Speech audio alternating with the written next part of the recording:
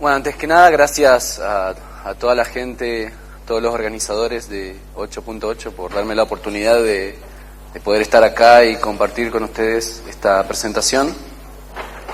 Bueno, como podrán ver, el nombre de la presentación se llama Cyberwar para Todos, que bueno, acá tal vez no tiene mucho sentido, pero bueno, es un juego de palabras, porque últimamente en Argentina todo es para todos. Entonces, bueno, la charla también, Cyberwar era para todos. Hace un tiempo me decidí a empezar a investigar este tema de Cyberwar, Cyberweapon, etcétera, porque lo veía cada rato en noticias, leía algunas noticias, no entendía mucho, no le daba mucha importancia, pero cada vez lo veía más y bueno, empecé a preguntar qué es esto de Cyberwar, por qué aparece a cada rato esto en los medios. Y bueno, mientras más investigaba, más cosas no entendía o más cosas raras encontraba. Y bueno, a medida que iba avanzando en la investigación, bueno, y podía sacar algunas conclusiones, podía ir viendo de qué se trataba el tema, siempre, por supuesto, con mi interpretación personal. Por eso yo le pido que no crean lo que yo voy a decir ahora, sino que, bueno, lo pueden ver, que piensen sobre el tema y hagan su propia investigación y saquen sus propias conclusiones, porque si no, es como lo que me pasaba a mí. Yo por ahí leía algo y repetía lo que leía, pero después cuando me ponía a analizarlo resulta que no tenía mucho sentido. Entonces, bueno, pido entonces que sean críticos, que tomen esto que yo voy a mostrar para pensar, para investigar y después ustedes saquen sus propias conclusiones. Yo tengo hace como 10 años, un poco más, que me dedico a la seguridad informática y bueno, tengo experiencia en lo que es vulnerabilidades, zero days, venta, compra, reportarlo a los vendors, o sea, a las empresas de software, cómo es todo ese mecanismo, qué hay detrás. Tengo bastante experiencia en todo eso, lo que por ahí me da una visión distinta a otras personas por ahí que investiguen también este tema. Bueno, para empezar veamos algunas definiciones relacionadas. Por ejemplo, Cyberwar. ¿Qué es Cyberwar? Sobre este término hay cientos de páginas escritas porque nadie se pone de acuerdo, no hay una definición formal. En lo que es materia militar hay como una doctrina, hay como, no sé, reglamentos que están definidos todos los términos militares, en qué consisten, etcétera. Pero para Cyberwar no hay una definición formal y nadie se pone de acuerdo. Es más, algunos dicen que es algo que nunca podría suceder, que no tiene sentido llamarlo Cyberwar. Pero bueno, para traducirlo sería guerra cibernética. Eso que puse ahí en latín es un invento mío, así que no le den importancia, significa que nadie lo puede describir o nadie se pone de acuerdo con Cyberwar.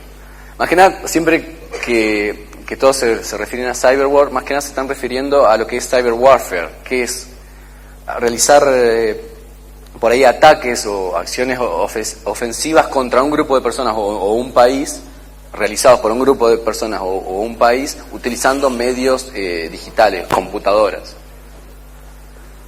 O sea, cada vez que ustedes escuchan Cyberwar, por lo general se refiere a esto, a Cyberwarfare. Después tenemos CyberArmy, que bueno, vendría a ser el ejército digital, el ejército cibernético, que es el que se encarga de realizar estos ataques, operaciones. Después Cyberweapon,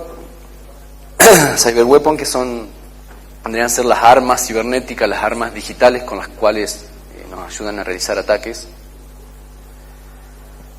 También seguramente han escuchado los cybercriminal, o sea, un criminal que realiza hechos ilícitos con la ayuda de computadoras o sistemas. Después cyberterrorist, o sea, un terrorista que usa estos medios digitales para cometer actos de terrorismo.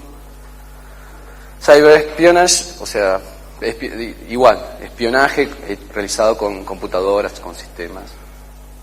Y por último, esto lo inventé yo, CyberJoraca, no sé si tiene mucho sentido acá, bueno, en Argentina Joraca es carajo, cambiado. O sea, esto para describir hay tantos términos cyber que, bueno, uno dice cyber Joraca y listo, no tiene que explicar mucho.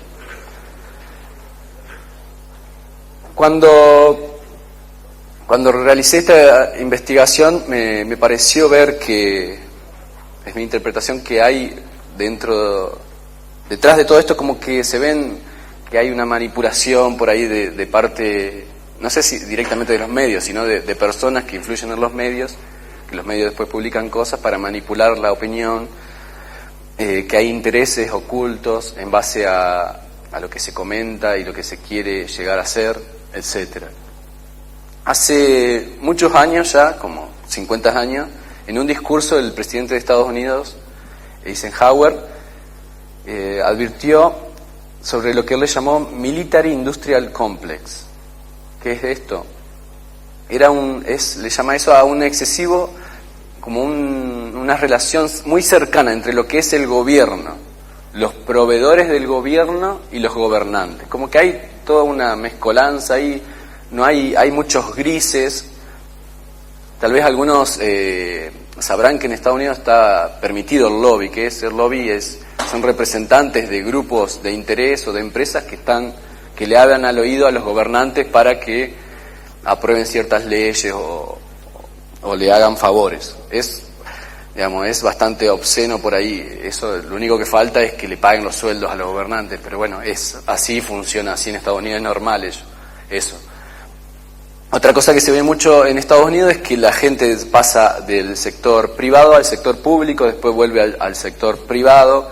O sea, hay muchos grises. Entonces, cuando uno está en el sector público, resulta que, bueno, por ahí puede favorecer a ciertas empresas o ciertos intereses del sector privado.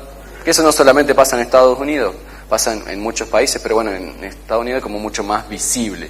Y esto ya lo veía hace muchos años el mismo presidente Eisenhower, que advirtió de esta relación más que nada con la parte militar, o sea, los proveedores del ejército, los gobernantes, todas esas relaciones medias raras ahí que generaban excesivo gasto en todo lo que es armamento militar.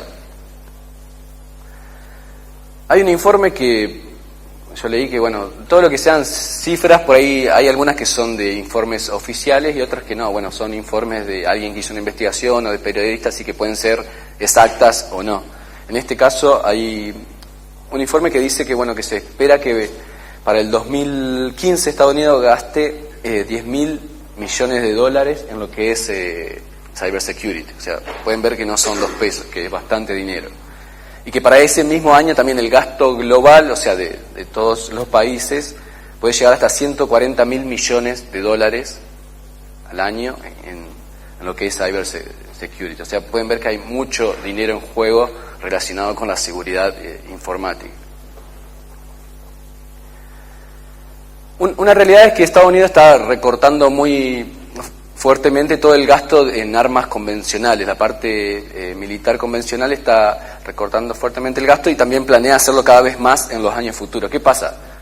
Todas las empresas que proveen al Estado en material militar, por supuesto que abren los ojos grandes y están en problemas. Dice, son miles de millones de dólares que no le van a llegar más a las empresas. Pero ¿qué pasa? Está surgiendo este tema de la ciberguerra, el cyberwar, que genera como un nuevo problema, una nueva oportunidad de negocio, le veo yo, para vender un nuevo tipo de armas, un tipo de arma que no es convencional, que vendrían a ser las cyberweapons, las ciberarmas. Entonces, como que este problema se busca resaltar, se busca hacer parecer como que es urgente, que es realmente necesario, y a la vez que es costoso también todo lo que sea relacionado con seguridad, con ciberarmas. Porque ¿qué pasa? Si sería barato, entonces es menos diferencia que pueden hacer las empresas que proveen este tipo de armas. O sea, se busca resaltar que son costosos, que son necesarios, que se necesitan ya, que hay mucho peligro, que hay que atacar y defenderse, etcétera. Y eso lo pueden ver día a día en las noticias. Acá tenemos un ejemplo. Esta es una noticia de Reuters, la agencia Reuters, que dice que el Pentágono está buscando establecer una vía rápida para comprar ciberarmas. Y pueden ver acá que dice, bueno, habla de eso, Dice, sí, son necesitadas urgentemente. O sea, se refiere a esto que en caso de que las ciberarmas sean necesitadas urgentemente, como que pueda ser así fácil comprarla. Bueno, denme $1.000 millones, compramos esto al primero que pase o al que sea amigo, venga, marche, listo. Más adelante en el artículo dice que hay un Cyber Investment Management Board, o sea, hay un grupo de personas que es parte de este board, o sea, la que toma las decisiones. Y bueno, podemos encontrar a esta persona, a Frank Kendall, que es el subsecretario de Adquisición para Defensa, y después otras personas. Bueno, investigando quién es Frank Kendall, esa es la página oficial del Departamento de Defensa, pueden ver que el señor Kendall era vicepresidente de ingeniería de la empresa Raytheon. Y también era Managing Partner de Renaissance Strategic Advisors. Cuando uno va a ver qué son estas empresas, bueno, se encuentra con que Raytheon es un proveedor de armas de Estados Unidos, del ejército, que por supuesto también tiene una parte digital de cyber weapons. Y la otra empresa es una empresa consultora que también trabaja en estrategia, también relacionada con la parte militar clásica y también con cyber armas, etc. Esto no quiere decir que este señor que cumple un rol en la parte pública vaya a favorecer a estas empresas, pero ahí pueden ver esa relación que hay de personas que van de la parte privada a la pública, después vuelven a la privada y están en las tomas de decisiones y son muy influyentes. Digamos, en este caso esta persona está buscando que cuando sea supuestamente necesario pueda comprar ciberarmas, no sé a quién le parezca, y no tenga que pasar por mucha burocracia. Algo que me parece ver y que es muy común hoy en día, en mi interpretación, es lo que se llaman ataques de falsa bandera. ¿En qué consisten estos tipos de ataques? Es cuando un grupo de personas o un país es atacado, pero ¿qué pasa? Se hace pasar el ataque que viene de otro lado. Entonces, ¿qué pasa? Por ejemplo, si yo tengo problema con un país o un grupo de personas, por ahí puedo buscar atacar un país que sea poderoso, no el con el que yo tengo problema, sino un país que sea poderoso, un grupo de personas poderoso. Lo ataco a ese país, pero me hago pasar por el que yo tengo problemas.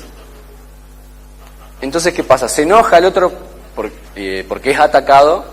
¿Y a quién va a atacar? No a mí, sino al que yo me hice pasar, que es con el que realmente tengo problema. Entonces yo me quedo sentando mirando cómo se destruyen los otros dos.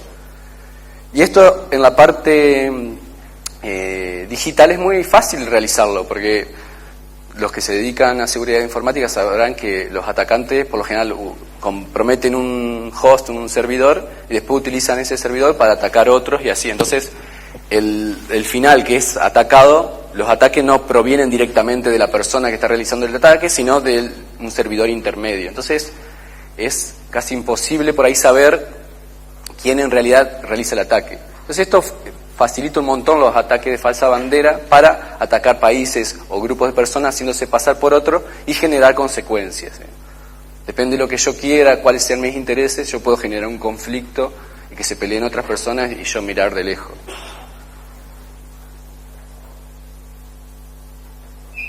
Un ejemplo de lo que a mí me parece, tal vez no sea un ataque de falsa bandera, pasó, que habla en este artículo de Reuters, que supuestamente el Cyber Army de Siria hackeó la cuenta de Twitter de Reuters y también un blog, y puso que como que el gobierno de Siria estaba ganando el problema interno que tienen, etcétera. Pero cuando uno se pone a analizar la situación, dice, si exista o no el cyberarme sirio, capaz que ni existe, ¿qué gana, digamos, Siria atacando la cuenta de Twitter de Reuters y modificando el blog poniendo un mensaje, digamos? No, eso no demuestra mucho poder porque no es un gran ataque.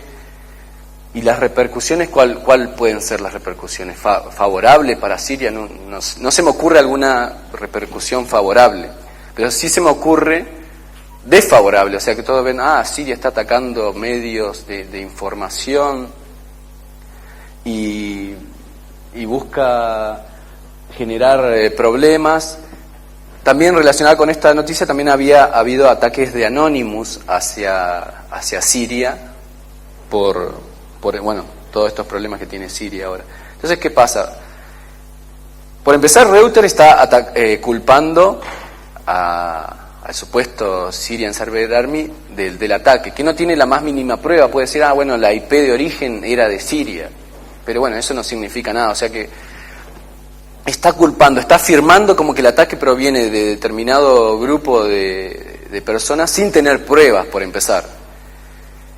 Esto puede generar alguna acción, como decía, por ejemplo, Anonymous se enoja, están atacando los medios de expresión, bueno, ataquemos a Siria, o otro grupo se enoja y ataca a Siria. O sea que pueden ver que con una noticia que afirma que un ataque provino de determinado grupo sin tener prueba, esto va a generar opinión pública, puede generar una reacción, ya sea de Anonymous o de otras personas. Después hay otro ejemplo que hace ya 2 años por ahí. En China hay un motor de búsqueda muy popular que se llama Baidu y supuestamente fue atacado por los hackers iraníes que le causaron una denegación de servicio y muchos usuarios de China no pudieran usar el buscador. ¿Qué pasó? Bueno, se enojaron los chinos y atacaron a Irán, a los distintos sitios de Irán, etc.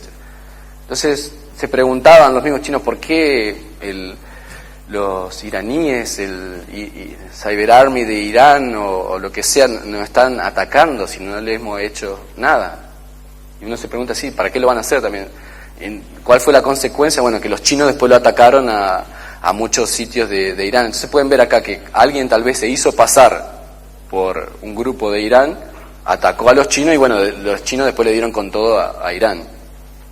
Y esto es muy sencillo de hacer, es extremadamente sencillo.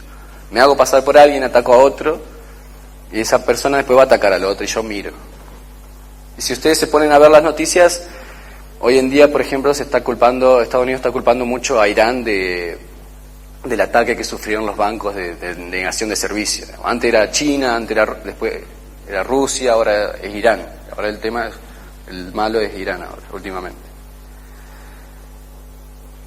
Con el tema de Stuxnet, ustedes sabrán que se le echa la culpa a Estados Unidos e Israel, que ellos fueron los que lo hicieron. No hay la más mínima prueba, pero bueno, se le echa la culpa igual. Está como que hay gente que ya lo empieza a afirmar todo porque un periodista, citando fuentes anónimas, escribió un libro que dice que alguien del gobierno de Estados Unidos le dijo que sí, que lo había hecho Estados Unidos con ayuda de Israel. Pero no hay la más mínima prueba, solamente la palabra de este periodista citando fuentes anónimas. Y después todo el mundo está afirmando esto, pero tengan en claro que no hay pruebas. Pero ¿qué pasa? Esto genera una ventaja por ahí para Israel y Estados Unidos porque dicen, bueno, esto fue un arma poderosa, digamos, supuestamente. Entonces lo hace ver a Estados Unidos y a Israel como con mucho poderío en lo que es ciberguerra.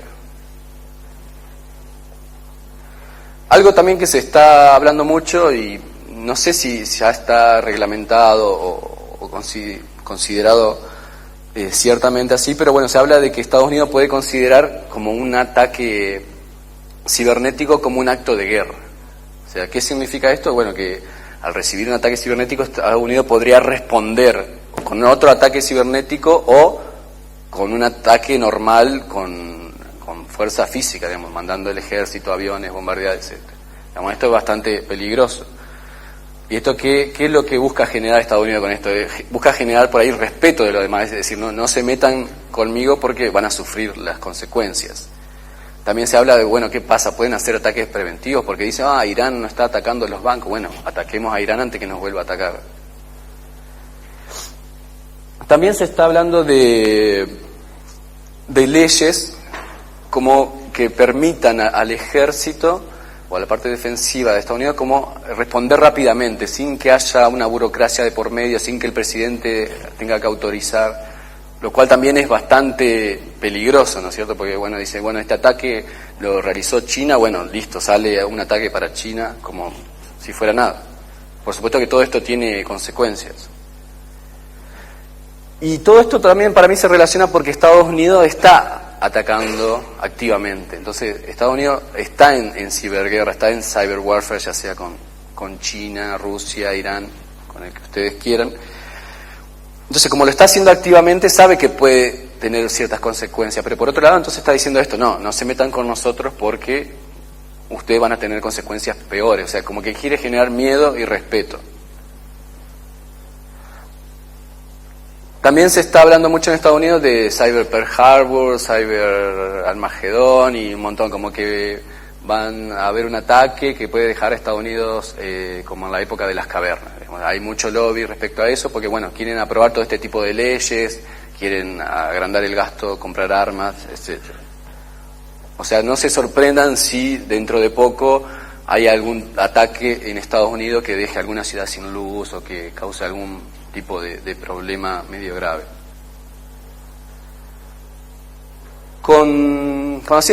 Una de las cosas que me preguntaba cuando hacía esta investigación es si es realmente costoso lo relacionado con cyberware, porque es algo que se busca resaltar, no, porque los Stuxnet, por ejemplo, era muy complejo, muy caro, las cyber weapons son muy caras, se necesita de un presupuesto muy alto para armarse, etcétera. Entonces, bueno, me hacía este tipo de preguntas, pero también, por ejemplo, veía que Metasploit, que es una herramienta para atacar, por supuesto que se usa para testear sistemas, etcétera, es totalmente gratis.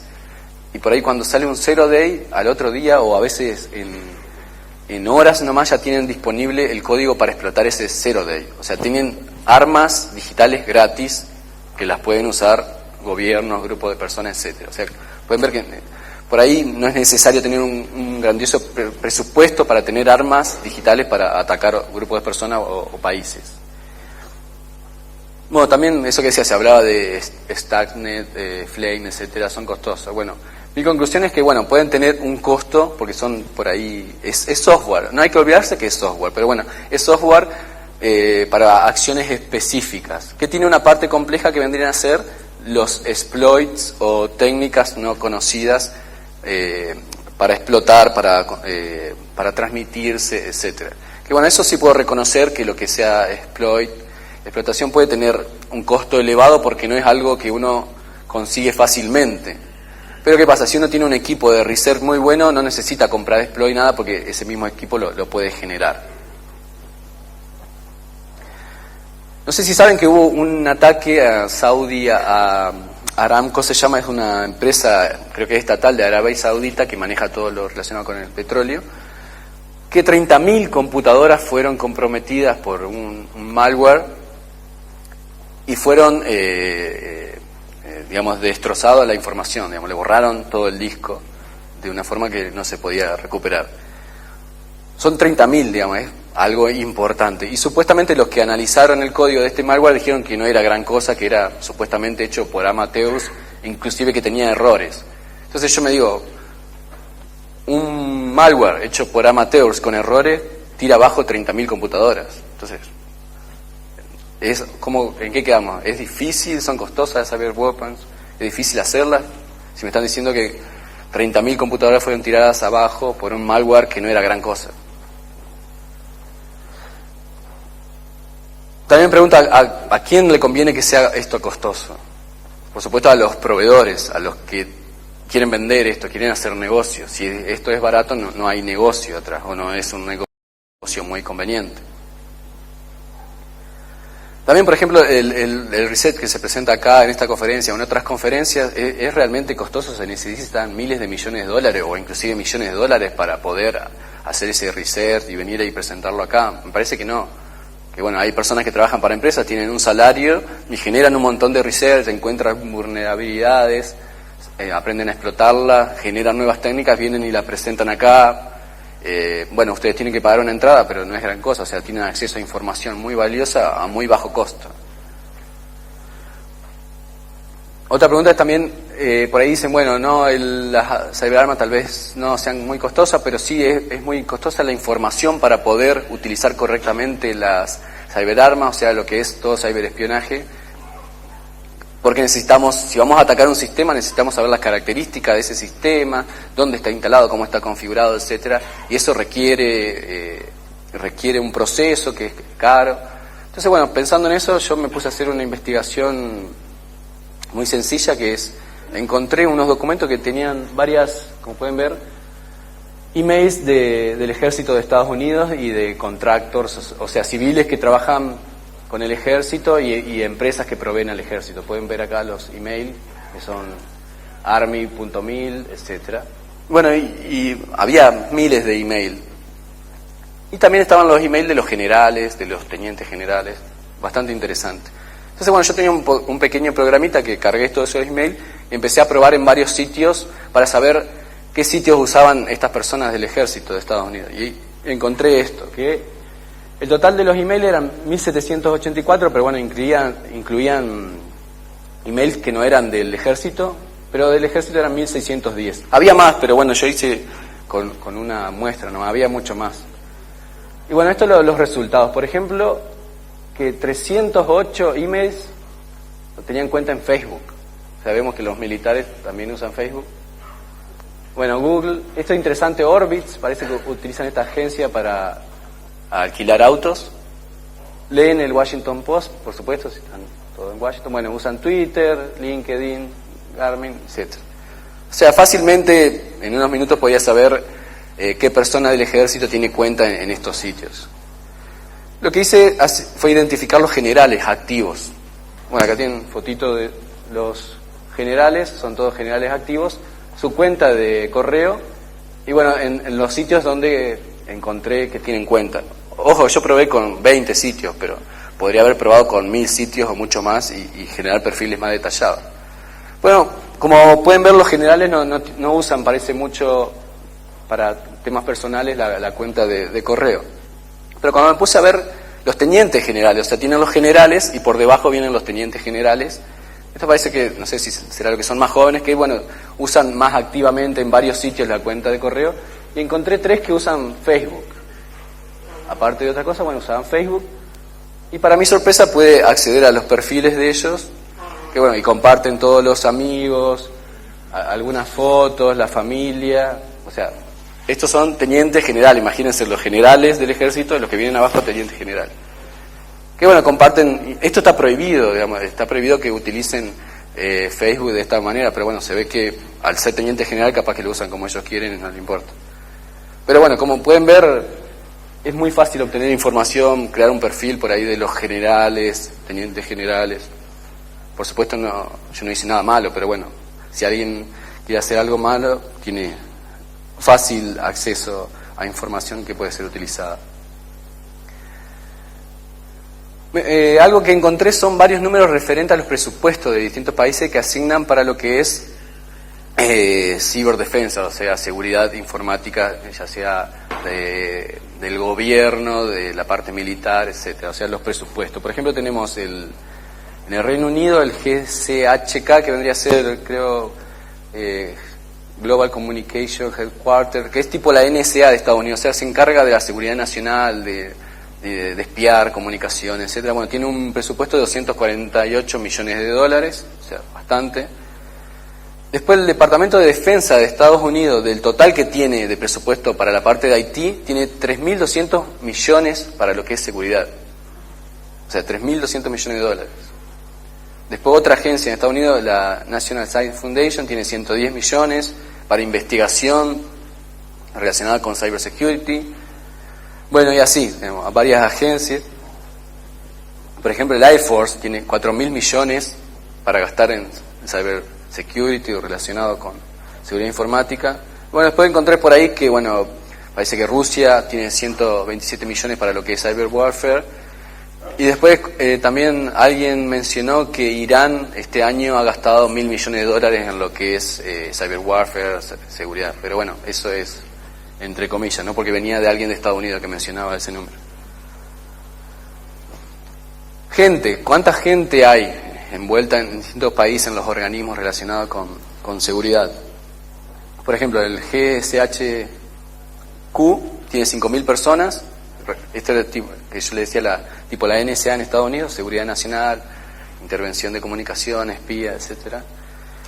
Después la agencia de seguridad de la información de Francia, por ejemplo, tiene 230 empleados.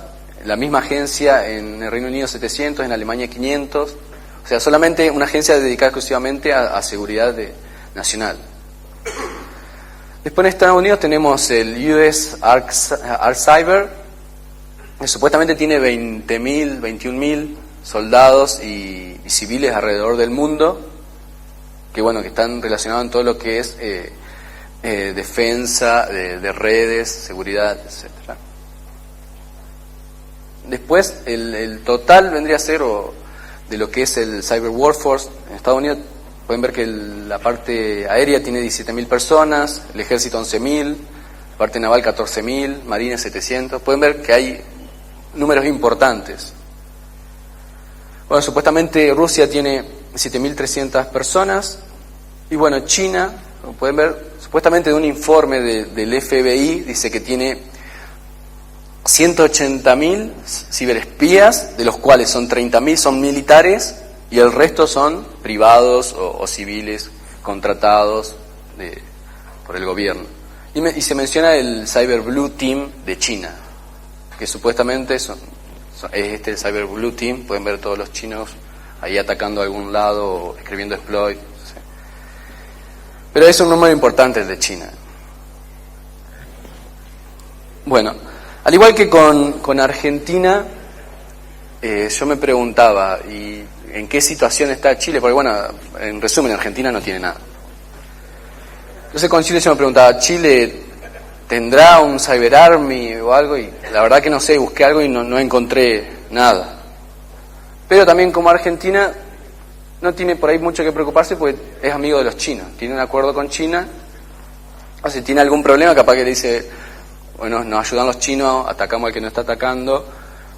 Pero ¿qué pasa? China también tiene acuerdo con otros países, con Argentina también tiene el mismo tipo de acuerdo.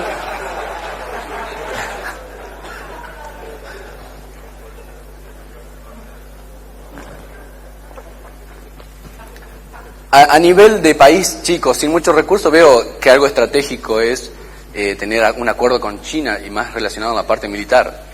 Por ahí, desde el lado chino, no sé qué puede haber atrás de querer tener acuerdos con países chicos, capaz que parte geopolítica, etcétera. Pero bueno, es bueno ser amigo de los chinos. Sobre cyber weapons, ciberarmas. La única que me puedo imaginar para Argentina, tal vez acá se aplique también, es lo único que se me ocurrió como cyberarma esto, que puede ser peligrosa, ¿no? Si le tiran a uno un gomerazo, una notebook por la cabeza, puede causarle daño. Es lo más cercano que se me ocurrió pensar como cyber weapon. Pero bueno, si no tenemos cyber army, no tenemos cyber weapon, por ahí si tenemos buena cyber defensa, o sea, si nos defendemos muy bien, si no tenemos problemas de seguridad, no tenemos mucho de qué preocuparnos. Entonces yo me puse a pensar, bueno, si yo soy de otro país y quiero atacar a Chile, ¿qué puedo atacar? Bueno, empezaría por la infraestructura crítica. Podría atacar sistema financiero, empresas, generar daño económico, pero lo que produce más impacto es la infraestructura crítica. Por ejemplo, si yo dejo sin agua una ciudad, si dejo sin luz una ciudad, eso genera un gran impacto porque genera miedo en la población, hace ver el problema que hay de estar indefenso, etcétera. Entonces, bueno, me puse a buscar en Google. No, quiero aclarar que yo no hackeé nada, digamos, todo esto fue recolección de información y no tengo nada contra las empresas que puedo llegar a mencionar, contra las personas que pueden aparecer, digamos, es solamente informativo, es algo que encontré en internet. Entonces encontré buscando esto.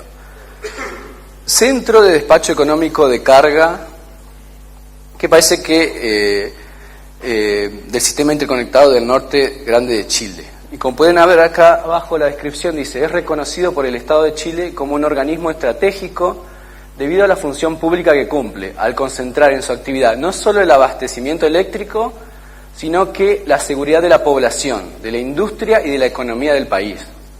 O sea, parece importante. Y bueno, navegando el sitio, empecé a encontrar un montón de información bastante interesante. Y también, ante una pequeña prueba, poniendo acá un apóstrofe, salió este error. Pueden ver, que significa que es vulnerable a SQL Injection y que usa Oracle encima. O sea, hackear este sitio puede llevar 2 minutos. Una porque es vulnerable al SQL Injector y otra porque usa Oracle, que tiene agujeros por todos lados. Pero bueno, eso es un problema de seguridad. Encontré un documento interesante que decía Upgrade Sistema de Información del CDEC-SYNC, que decía características técnicas de conexión para el envío de datos al upgrade del SCADA MS del CDEC-SYNC.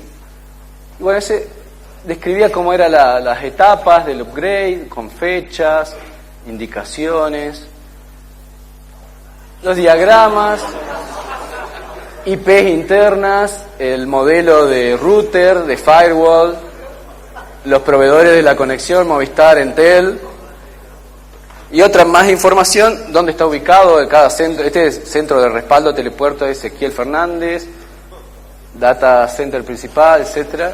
Y bueno, sí, también decía que si se necesitaba más información, decía a quién contactar. Tenemos acá a Jorge de Entel y a Mauricio de Telefónica. Otro documento que encontré es el diagrama de la interconexión eléctrica del norte de Chile. Estos son solamente algunos documentos, pero hay de todo ahí, de todo. Cómo está interconectado por ahí la parte, esto es diagramas eléctricos, no entiendo mucho. Y después también un listado con el registro de auditores técnicos de ese organismo. Entonces están las empresas, el nombre de la persona, teléfono, fax y el email. Entonces, como pueden ver, es muy fácil obtener información de los sistemas y también de personas relacionadas. Porque uno, si va a realizar un ataque, bueno, necesita saber información de los sistemas que se utilizan, de las redes, pero también es interesante investigar las personas, porque ese es otra avenida de ataque, digamos, a atacar a las personas con ingeniería social, etcétera. Entonces yo tomé a Jorge de acá de Entel, que me proveía el email. Bueno, empecé a investigar a Jorge, porque tenía el nombre y apellido de Jorge. Bueno, buscando encontré un Jorge, pero ya me aparecían 2 apellidos, Jorge tanto.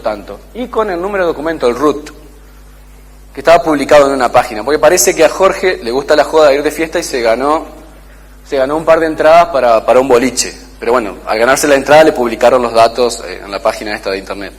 Entonces bueno, de tener el nombre ya tengo el nombre, los 2 apellidos, porque tenía un solo apellido, y el número de documento igual. Yo no sabía si este era el mismo Jorge que yo estaba buscando, puede ser otro. Pero bueno, con la página de servicio electoral, teniendo el número de documento, lo busqué a Jorge, me apareció ahí, también creo que esta es la dirección donde vive, etcétera, y ya me aparece el segundo nombre, o sea, ahora ya tengo un nombre completo, tengo Jorge Alberto y los 2 apellidos, ya tiene más información.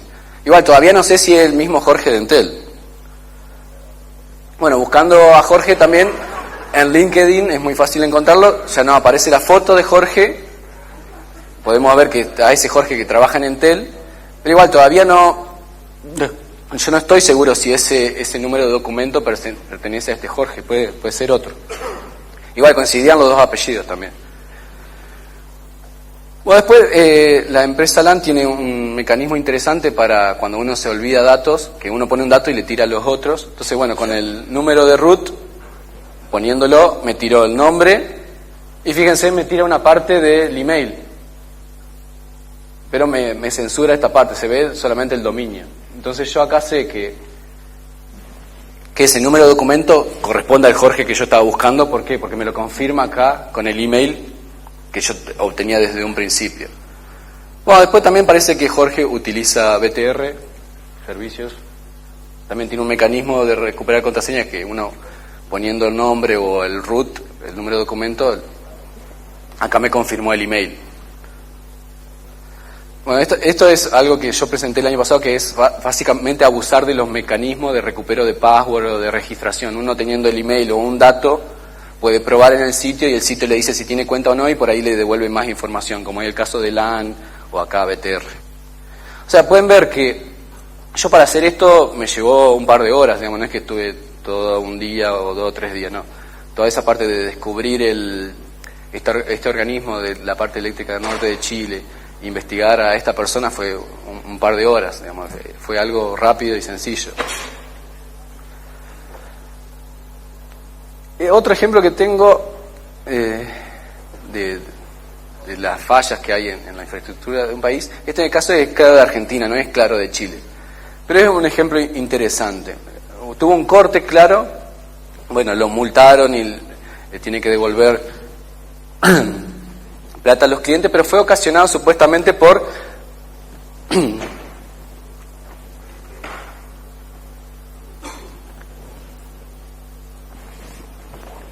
trabajadores del gobierno. ¿Qué pasó? Fueron, hicieron un pozo y rompieron el caño. Entonces dice, ¿qué tendrá que ver esto con seguridad informática? Que hayan dejado sin servicio a la gente porque los trabajadores del gobierno hicieron un pozo y rompieron un cable de fibra óptica. Lo que quiero resaltar es como que uno, por más que tenga seguridad en su empresa, hay eslabones débiles que uno no los ve o no los puede controlar, que están fuera de su alcance. En este caso, por ejemplo, una empresa de comunicaciones tiene un tendido de cable que obviamente no puede proteger esos miles de kilómetros de cable y cualquier corte perjudica a ese servicio. En este caso tenemos algo indirectamente, que fueron trabajadores y rompieron el cable. ¿Cómo llegaron esos trabajadores a hacer un pozo ahí? No fueron porque se les antojó y dijeron vamos a hacer un pozo acá y empezaron a cavar, no. Salieron a trabajar ese día, alguien les dio una orden de trabajo, esa orden de trabajo decía, vayan a tal calle, caven un pozo ahí para hacer tal cosa, etcétera, y los trabajadores lo hicieron. ¿De dónde salió esa orden de trabajo? En un país más o menos informatizado sale de una computadora. Entonces, ¿qué pasa? Si nosotros hackeamos computadoras del gobierno, podemos emitir órdenes de trabajo bastante locas para que alguien vaya y pique una cañería de gas, pique, como en este caso, y rompa un caño de fibra óptica, etcétera. O sea, pueden ver como que hay eslabones débiles que están fuera del alcance de una empresa, que no se pueden controlar. Pero ¿qué pasa? Hay que estar prevenido contra todo esto. Hay que tener formas de, ante este posible escenario, ¿cómo puedo reaccionar? ¿Cómo se soluciona fácil esto? O sea, como pueden ver, es bastante complejo el tema de la defensa de infraestructura crítica. Algo que se está hablando mucho es sobre hacer tratados de cyber weapons, de zero days, de sacar leyes contra zero days, porque se dicen, son una amenaza, que cualquier persona pueda tener un zero day, que se lo venda a gobiernos malos o a este o al otro. Entonces hay gente que dice, no, tiene que haber tratados entre los países para que no haya cyberarmas o que no se puedan usar o las condiciones para usarlas. Y también leyes que prohíban la venta de zero days o que las personas tengan zero days. Hay mucho lobby actual sobre el tema. Para mí, yo no estoy a favor de que haya leyes, cuando se empieza a hablar de regulaciones, reglamentaciones, siempre hay un lado negativo. Yo no estoy muy de acuerdo sobre esto porque para mí puede ser un tratado sobre cyberarmas, puede ser un arma en sí misma, que esos países que tienen ese tratado la utilicen contra otros países. Por ejemplo, con el tema de las armas atómicas. El tratado de la no proliferación nuclear fue originado por China, Estados Unidos, Rusia, Francia, no me acuerdo si Reino Unido, quién más, que ellos ya tenían armas nucleares. Entonces tenían armas nucleares suficientes para volar la Tierra 1000 veces y dijeron, no hagamos más armas nucleares, vamos a desarmarnos, nos quedamos con lo suficiente para volar la Tierra 10 veces. Y que los otros países que firmen, nadie puede hacer armas nucleares. Entonces, ¿qué pasa? Estos países ya tenían las armas, dejan un poco, total se quedan con armas, y los otros países que firmaron no pueden hacerlo, que esos son los problemas actuales que hay con Irán. Entonces, que se puede presentar el mismo escenario con las ciberarmas. Nadie puede hacer ciberarmas, yo ya tengo, me las quedo, no digo cuáles tengo, no digo si tengo o no. Es decir, y eso después puede usar así, como ahora están presionando a Irán porque dice que está haciendo armas nucleares y le hacen bloqueo económico, etcétera. De la misma forma, un tratado de este estilo pueden decir, Chile está por desarrollar armas, ciberarmas, así que pongámosle alguna sanción económica, algún bloqueo, etcétera. O sea, el tratado en sí se puede utilizar de mala manera. Como sabrán, es imposible saber si alguien tiene... Las armas físicas, uno dice, sí, vos tenés un tanque, un avión, porque sí, tenés un hangar, necesitas un espacio físico, ocupa un espacio físico el arma, pero en cambio las armas cibernéticas son bits dentro de un almacenamiento. Nadie puede probar que un país o una persona o no tenga este tipo de armas. Y en el caso de haber, yo me pregunto, de un tratado, leyes, ¿a quién beneficia? Uno tiene que ponerse en el lugar de a quién beneficia y a quién perjudica. Para mí beneficia por ahí a los que están más desarrollados, los que ya tienen generado todo un arsenal. Entonces dicen, bueno, no se hace más, pero nosotros ya tenemos el arsenal. Bueno, también como decía, las leyes contra Zero Days. Todo esto, por supuesto, tiene consecuencias. Yo me preguntaba cuáles podrían ser las consecuencias. Hace unos años había un formulario de visa, no sé si acá en Chile necesitan visa para ir a Estados Unidos, en Argentina sí necesitamos visa. Hace unos años, no sé si, me parece que ya no se usa actualmente, pero estaba este formulario que había que llenar, que preguntaba en esta parte, ¿tiene usted alguna habilidad especial o entrenamiento, incluyendo, entre otros, en armas, explosivos, o alguna experiencia con armas nucleares, biológicas o químicas? Dice, bueno, sí o no, y aclarar. Por supuesto, si ustedes ponían sí, no sé si les iban a dar la visa o no, pero seguro que cuando llegaban a Estados Unidos le decían, venga señor para el cuartito, que le queremos hacer algunas preguntas. Entonces yo me pregunto, ¿qué pasa si hay alguna ley contra Zero Days o un tratado contra armas cibernéticas? Puede ser que después en el formulario aparezca esto, ¿no? ¿Alguna vez usted ha tratado o ha tenido Zero Days, ha hecho exploit? ¿Qué pasa si uno pone sí? Por ejemplo, en mi caso, tal vez este va a pasar a ser mi prontuario. O esto también no me beneficiaría haber vendido Zero Days. O sea, yo llegaría a Estados Unidos y me dicen, a ver, señor Cerrudo, venga que queremos hablar amablemente con usted sobre Zero Days y exploit, etcétera.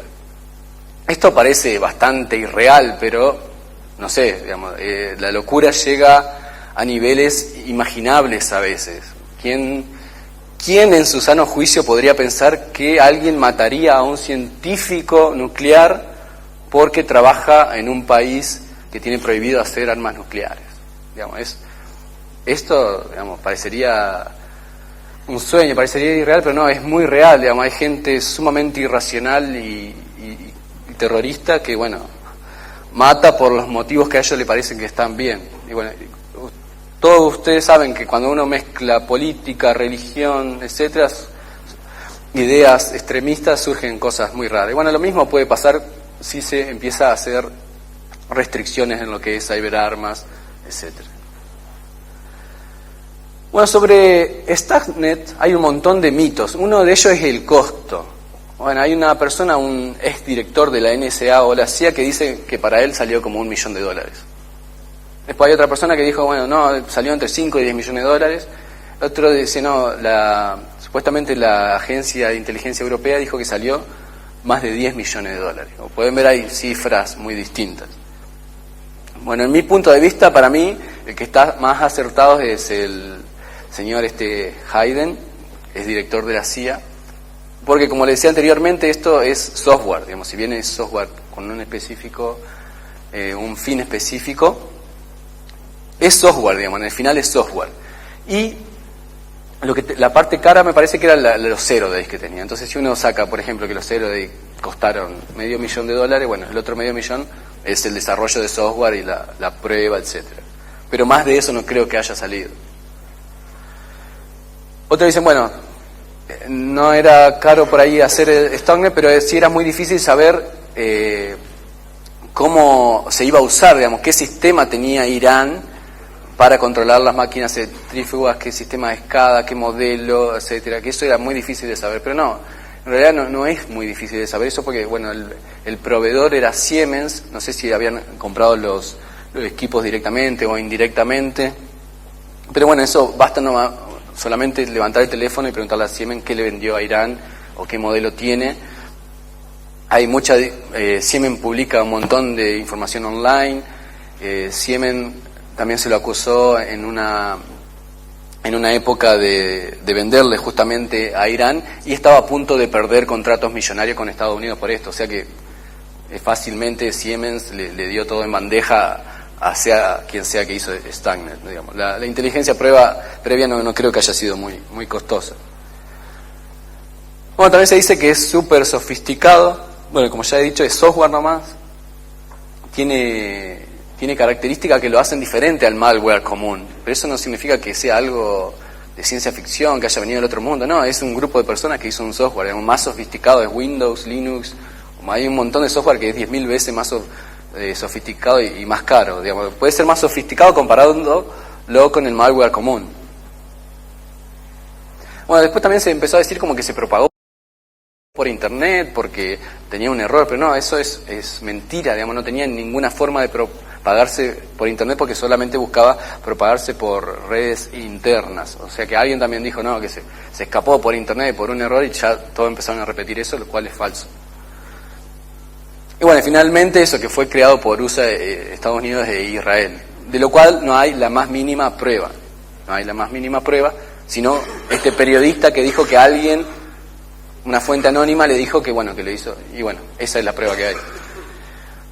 Bueno, unos datos interesantes, como ya he mencionado, bueno, es casi imposible atribuir ciertamente quién realiza un ataque. En el tema de la cyberguerra, cyber warfare, es completamente asimétrico y con muy poco se puede hacer mucho y con mucho se puede hacer muy poco. ¿Qué pasa cuando un país muy desarrollado, por ejemplo como Estados Unidos, tiene un problema con un país que no está muy desarrollado? Como Estados Unidos está muy expuesto, tiene mucha tecnología, tiene una superficie inmensa de ataque. El otro país, como no está desarrollado, no tiene mucha superficie de ataque. Estados Unidos, por ejemplo, tiene miles de armas digitales, digamos. El otro país tiene 2 o 3, pero esas 2 o 3 que tenga le puede servir para dejar sin luz una ciudad de Estados Unidos y cosas así. O sea, esto permite que alguien en una esquina del mundo con una computadora súper vieja, con un modem 56K conectado a internet, cause daños enormes a un país. O sea que esto es completamente asimétrico. Y esto es sabido por Estados Unidos, por las grandes potencias, por eso están tan preocupados, porque saben que están muy expuestos, tienen una superficie muy grande de ataque. Otra cosa interesante es que todos usamos servicios de distintas empresas de internet que no están acá en este país, en otro país, sino que están por ahí en Estados Unidos y en otros países. Y Estados Unidos es muy común ir a empresas y pedirle información. Van y dicen, bueno, es por el Patriot Act o la ley de terrorista, no sé, dame la información, y a veces sin justificación, no tienen que llevar ninguna orden judicial ni nada, sino le dicen dame los datos y se lo tienen que dar. O si no se lo dan, bueno, pueden tener problemas judiciales, etcétera. Pero es muy común en Estados Unidos que vayan a empresas y pidan datos sobre personas. Entonces, ¿qué pasa? Personas de acá que trabajan para empresas, directivos, políticos o algo, que usen Gmail o algo, Estados Unidos tranquilamente puede leerle su correo sin pedirle permiso. Y esto es común.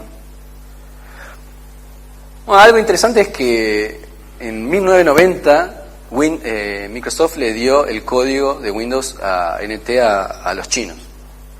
O sea que tenemos 20 años que los chinos ya han estado haciendo dulce con el código y deben tener varios 0days y rootkit, etcétera, que ni nos imaginamos. Es un dato interesante. Por supuesto que Microsoft no se iba a perder de hacer miles de millones de dólares por no darle el código fuente, así que decidió dárselo. También se lo ha dado a otros países, pero con lo que quiero hacer ver es que si bien se puede hacer ingeniería inversa de binarios, es mucho más fácil cuando uno tiene el código disponible. Otro dato interesante es que debido a la globalización, yo uso, por ejemplo, el software de Microsoft, que bueno, Microsoft la oficina central está en Estados Unidos, pero tiene oficinas alrededor del mundo. O sea que el software que yo uso es de hecho en otro país, de una empresa de otro país, que esa empresa a la vez contrata gente en otros países para hacer ese software. O sea que el software que yo estoy utilizando es hecho, como puede ser hecho en 3 o 4 países distintos. ¿Qué pasa con esto? Se hace cuando hay temas políticos, religiosos, cosas de fondo. Alguien puede tranquilamente introducir backdoors o errores a propósito para perjudicar a cierto país o cierto grupo de personas. También yo me pregunto, ¿qué pasa si un país tiene problemas con Estados Unidos? La mayor parte del software son de empresas de Estados Unidos, por ejemplo Windows. Tiene updates automáticos. Entonces, ¿qué pasa si un país tiene problemas con Estados Unidos? Cuando se ejecute el update automático, ¿qué le va a venir por ahí? Seguramente no le van a mandar nada bueno, digamos.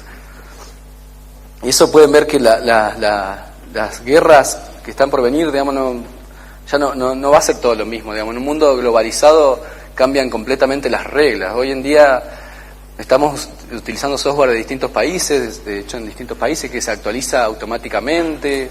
Estamos usando hardware que viene con firmware hecho en otro país, que puede tener backdoors.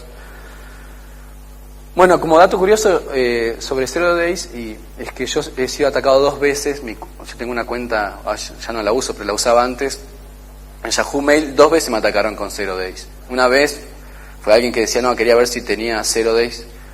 Y la otra vez creo que fue alguien de China, porque bueno, el mail era de China y lo busqué y estaba en foros chinos, estaba todo en chino. O sea, puede haber sido o no de China. Pero bueno, es interesante saber que existen los ataques específicos con Zero Days y yo lo he vivido. Yo me preguntaba si hay realmente peligros. Porque uno puede decir, no, estos son todos inventos, no hay peligros. No. Algo interesante que encontré fue esto. Pueden ver ahí aire acondicionado, heladera, lavarropa, cocina a vapor, una arrocera a vapor y otros productos. Todos conectados a internet, al cloud de Panasonic. Esto es nuevo, no es del futuro, ahora ya está saliendo en estos días, los productos algunos ya salieron. Me puede decir, ¿para qué quiero el lavarropa conectado a internet? ¿Será para controlar que mi mujer me haya lavado la ropa? Digamos, me conecto a lavarropa y digo, vieja, poné a lavar la ropa o algo así. Pero, digamos, es bastante loco, pero bueno, esto es hoy en día y pasa. Y en el futuro va a pasar más. No sé qué pasa si alguien hackea la red, el cloud de Panasonic, que le da la posibilidad de cambiar el firmware, de comprometer los lavarropas, los microondas, los aire acondicionados. O sea, hace un ataque contra las amas de casa de un país. Digamos, es muy loco, pero bueno, cada vez está todo más conectado. Digo, ¿quién iba a pensar que un microondas o la heladera conectada a internet? ¿Para qué? O sea, bueno, pero bueno, esto pasa. Entonces, este tipo de cosas amplían la superficie de ataque enormemente. Algo interesante es que supuestamente China tiene 500 millones de usuarios de internet. ¿Saben lo que son 500 millones de usuarios? O sea que si China quiere atacar a alguien, solamente tiene que cambiar la configuración de los routers o decirle a los usuarios que vayan a visitar tal sitio y nadie más lo puede usar ese sitio. Imagínense, 1 millón nomás de personas en un segundo o algo. O sea, ya con la cantidad de usuarios de internet ya es un peligro en sí China. Otra cosa peligrosa es todo lo relacionado con el cybercrime, el crimen cibernético. Mueve muchos billones de dólares en el mundo. Y bueno, es cuestión de estas personas que decidan atacar a alguien por determinado motivo económico y lo van a hacer porque no les falta recursos. Y mueven mucho dinero. Que hoy en día, bueno, el cybercrime pasa por algunos aspectos. Por ejemplo, comprometer cuentas de bancos, transferir ese dinero, usar mulas. Pero bueno, esto va mutando, a medida que avanzan las tecnologías, el crimen digital se va cambiando, hay nuevas formas de ataque, etcétera. Que esto perjudica a países y empresas y particulares, a todo el mundo. Otro tema es Anonymous. Digamos, yo no estoy ni a favor ni en contra de Anonymous.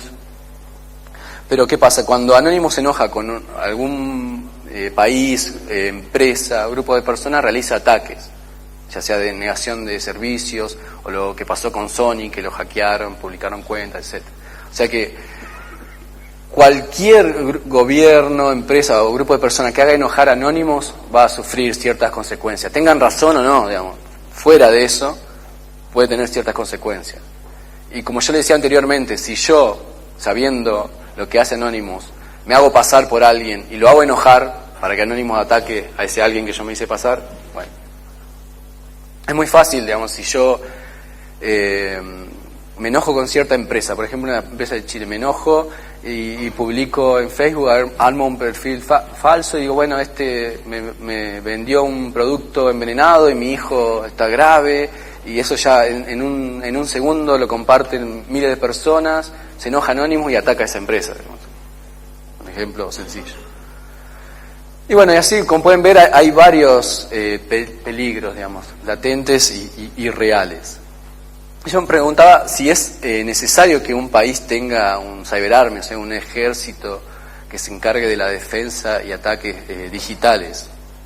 Y me parece que sí, porque hay, como pueden ver, hay amenazas reales. Y además de defenderse, un país también tiene que tener poder de ataque, porque a veces la defensa está relacionada con poder atacar también. Y uno tiene que generar, así como la vida real personal, tiene que generar respeto, porque si uno no genera respeto, nadie lo va a respetar. Se va a decir, no, esto no tienen con qué defenderse, así que lo podemos atacar cuando quieran, podemos hacer lo que quieran, tal, no se van a poder defender, no nos van a poder atacar.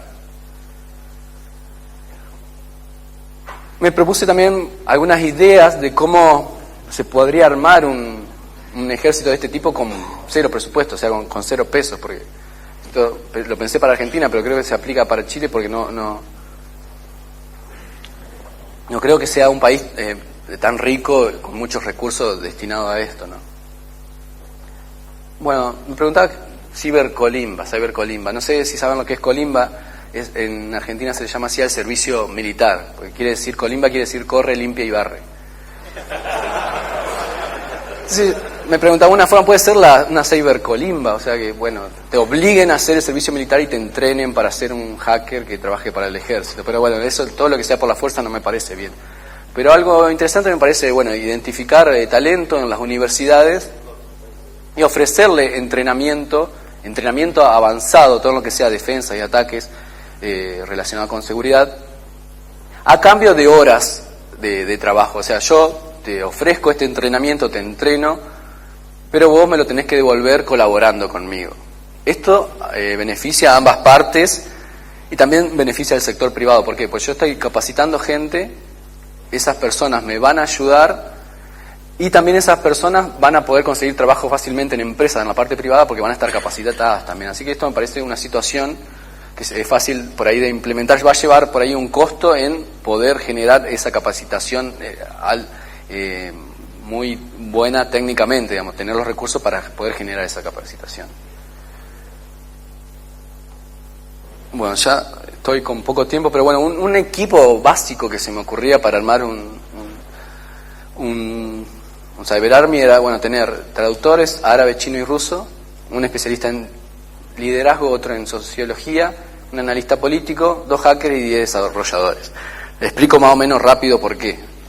Bueno, desarrolladores es para hacer software, porque como ya dije, en definitiva las cyberarmas son software. Después, ¿para qué tener traductores? Bueno, porque, digamos, tenemos grupos de gente y poblaciones influyentes, y tenemos que saber qué pasa en otros países, qué pasa en el underground, qué pasa en los foros. Entonces es necesario tener información de inteligencia. Para eso podemos usar el traductor de Google, pero bueno, eso no traduce muy bien y se hace complicado interactuar. Entonces necesitamos a alguien que no traduzca para nosotros entender, pero también que pueda escribir cosas, que nosotros podamos generar contenido para relacionarnos, ya sea en foros específicos, underground, para saber qué pasa y también para influir por ahí para nuestro beneficio en estos grupos de personas. Para eso también necesitamos a alguien que coordine, o sea, un especialista en liderazgo, porque bueno, al realizar esto vamos a necesitar tener características específicas. Por ejemplo, si queremos influir en el grupo de personas, tenemos que saber cómo influir de la mejor manera. También nos va a ayudar eso por el especialista en sociología y el analista político internacional. O sea, esto más que nada es para hacer inteligencia, para tratar de manipular grupos de personas a nuestro favor. Por supuesto que esto no es nada bueno y preferiría no hacerlo, pero bueno, esto no es un mundo ideal y hay gente mala y nosotros tenemos que saber defendernos y estar prevenidos y usando los recursos que podamos. Y bueno, los hackers obviamente serían para, bueno, eso, hacer research, elaborar técnicas de ataque, diagramar ataque, hacer exploit, y los desarrolladores, bueno, para hacer el software. Y si no tenemos posibilidad, bueno, con un hacker podemos empezar. Algo que me parece interesante es legislar por ahí para exigirle a las empresas un nivel de seguridad mínimo, un nivel de seguridad aceptable. ¿Qué es aceptable, qué es mínimo? Bueno, ya es otro debate, pero bueno, sería algo para empezar. Obviamente que las empresas, por más que haya legislación, pueden no cumplirlo. Entonces algo interesante que se me ocurrió es ponerle multas a las empresas que sean hackeadas. O sea, si una empresa es hackeada, bueno, tiene que pagar multa por no proteger adecuadamente tus sistemas. O pedirle aporte voluntario para mejorar la seguridad nacional. Entonces, ¿qué podemos hacer con nuestro Cyber Army? Algo interesante es atacar las empresas del propio país. ¿Por qué? Esto es loco, ¿no? ¿Por qué voy a atacar yo las empresas de mi propio país? Bueno, podemos generar ataques que no sean destructivos, sino simples ataques porque las empresas van a tener que pagar multas al ser atacadas. Entonces, bueno, esa misma multa, la plata, dinero de la multa, lo podemos usar nosotros mismos para nuestro ejército. Y también ganamos que las empresas sean más seguras, porque al ser atacadas se van a tener que defender mejor y van a incrementar su seguridad y también nos van a dar plata, como decía, para el ejército. O sea, también podemos hacer ataques de falsa bandera que he mencionado para ir generando como algún grupo paralelo o sea, que no se vea que el gobierno está detrás de esto, sino que sea, poner Anonymous Chile o el Ejército de la Libertad de Chile o lo que se le ocurra. O sea, un grupo paralelo que no se lo relacione con el gobierno, o puede ser de otro país, digamos, que ataque las empresas nacionales. Eso se puede armar a conveniencia, de lo que resulte mejor. O sea que el objetivo de esto es que las empresas aumenten la seguridad y sacarle dinero a las empresas para poder acrecentar el Cyber Army y mantenerlo. Algo me parece difícil de hacer por el gobierno es que, bueno, que ofrezcan beneficios fiscales a empresas que colaboren con el gobierno en todo lo que sea desarrollo de armas digitales, defensa, etcétera.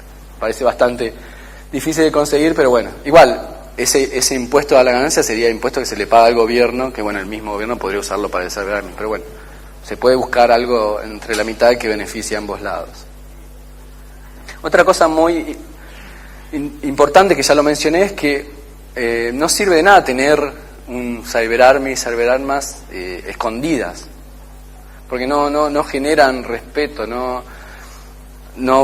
otro país va a pensar que uno no tiene nada. Al contrario, hay que demostrar poder. Es decir, es básicamente lo que hace Estados Unidos. No niega ni confirma que hizo Stuxnet porque todos dicen, lo hizo, hay que tenerle miedo a Estados Unidos, gasta millones de dólares en armas. O sea, genera un respeto, genera un miedo. Digamos, el que lo va a atacar sabe que tiene que sufrir sí o sí consecuencias que pueden ser muy graves, esas consecuencias. Entonces uno al tener un Cyber Army, tiene que hacer saber que tiene esa defensa, que tiene un cierto poder de ataque, que el que le haga algo va a tener ciertas consecuencias.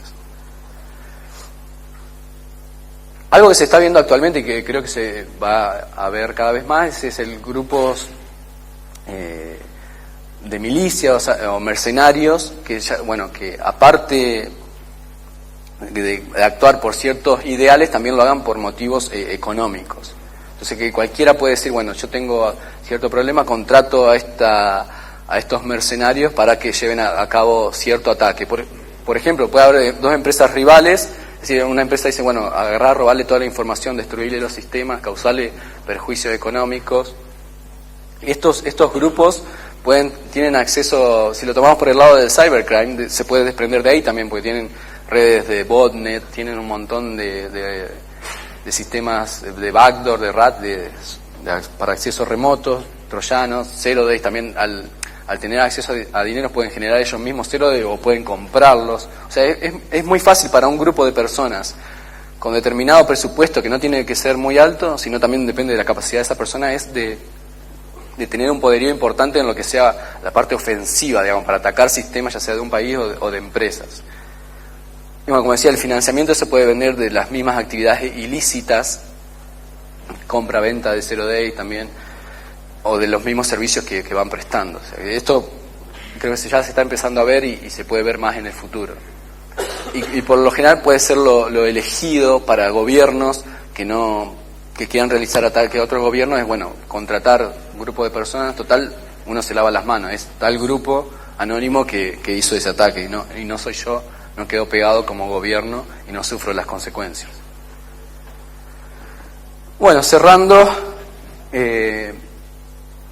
para mí estamos a un clic de todo, digamos, la información está disponible en los servidores ahí nomás, hacemos clic y ya tenemos acceso a millones de datos, sistemas de todo tipo, telecomunicaciones, sistemas de control industrial, todo está en Internet, todo está por ahí atrás de un usuario y contraseña, o por ahí ni usuario ni contraseña se necesita para acceder. Hay muchas amenazas como vimos, latentes y reales, y cada vez va a haber más porque con el avance de la tecnología, como le mostré, cada vez la superficie de ataque se va agrandando y agrandando cada vez más. Por supuesto que la defensa va muy atrás de todo eso. Muchos países se están armando, no solamente países, sino grupos de personas, están armando con poder de defensa y ataque en todo lo relacionado a seguridad y digital. Bueno, como decía, hay que defenderse, focalizándose más en la defensa y no hacer por ahí una carrera armamentista de gastar millones o algo en armas para defensa, no, sino pensar más que nada en estrategia, usar más la mente, generar más ideas, ver cómo puedo defenderme mejor, cómo puedo responder a ataques, etcétera. El tema de comprar armas, de generar armamento, todo eso no me parece la mejor solución. Y bueno, finalmente, lo que decía, para mí el mejor recurso es la capacitación, generar personas capaces que tengan buenas ideas, que sepan usar la mente, como ha sido siempre todo lo relacionado con el hacking, es tratar de buscar soluciones alternas, tratar de hacer las cosas de manera distinta, y no se necesitan miles de millones de dólares para poder realizarlo. Bueno, ese agradecimiento a unas personas que me proveyeron algún material y me hicieron algunos comentarios sobre la presentación, y bueno, eso sería todo. No sé si tienen alguna pregunta y muchas gracias.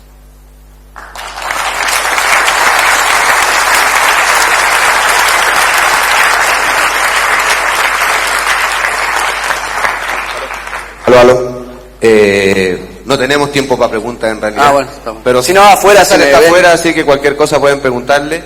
Y para ganar un poco de tiempo vamos a hacer el break más corto. Ahora hay break de 15 minutos, sí, así que traten de volver al tiro. Seguimos hablando de cibercrimen con George a la vuelta de su charla de SAP.